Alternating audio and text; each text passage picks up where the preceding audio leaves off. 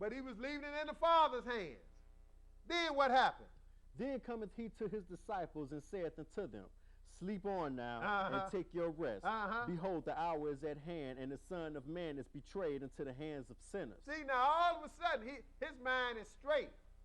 His mind is ready to do what God wanted him to do all along, but he had to work himself up to that. He went from really leaning the other way, like, Lord, just let me out of this.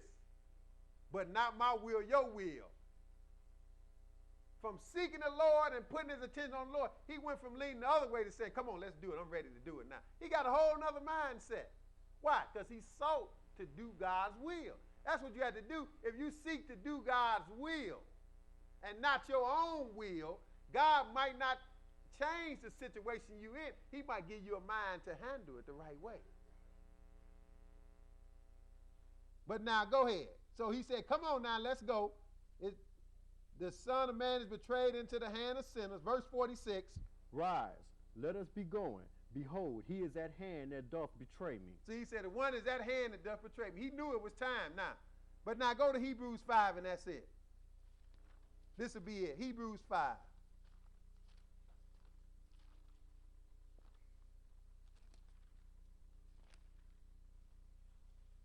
Hebrews 5, we're going to pick it up at verse 5. And this will be it.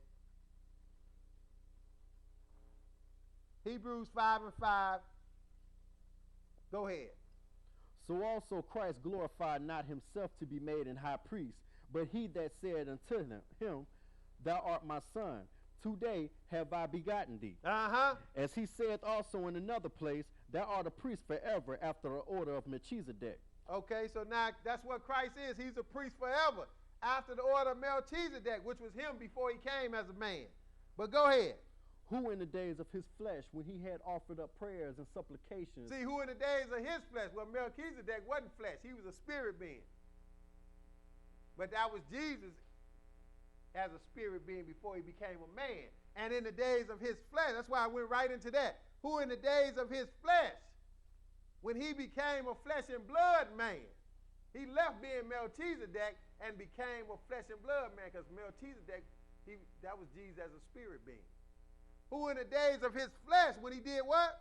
When he had offered up prayers and supplications with strong crying and tears unto him, that was able to save him from death, and was heard in that he feared. See, and when this talk about what we just read, when Jesus was a flesh and blood man, he offered up strong crying. See, Jesus was going through a thing with what we just read in Matthew 26.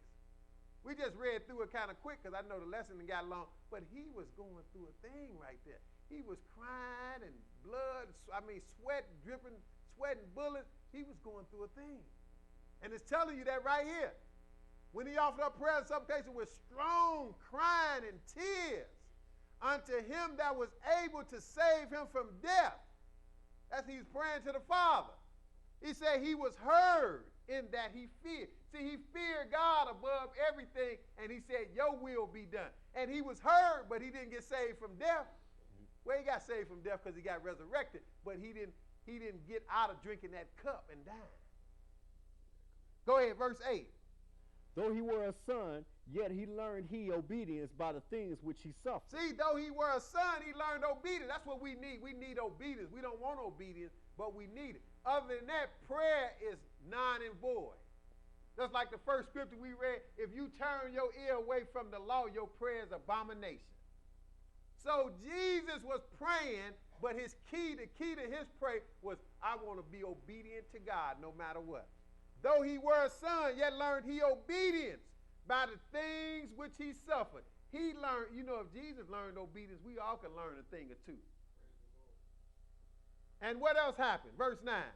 And being made perfect, he became the author of eternal salvation unto all them that obey him. Oh, and Jesus was made perfect, and he is the author of eternal salvation, which is what we're trying to get unto all them that not call on him, not say they believe, but obey him. So you need to be obeying if you want your prayer to be effective with God. I hope you got some understanding in Jesus' name.